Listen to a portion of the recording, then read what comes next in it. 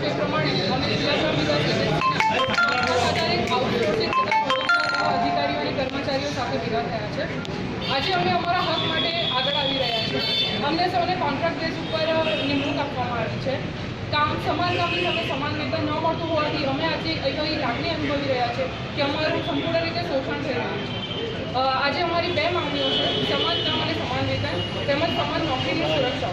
આજે job security એ સૌથી મહત્વની બાબત છે. આજે કેટલા વર્ષોથી ઘણા અધિકારીઓ અહીંયા કામ કરી રહ્યા છે જેની પાસે કોઈ સિક્યોરિટી નથી.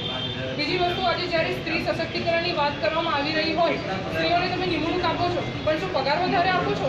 તો અમારી બધા ગર્લ્સની એક છે દરેક અધિકારીઓને કે અમને પણ સમાન વેતન મળવું જોઈએ.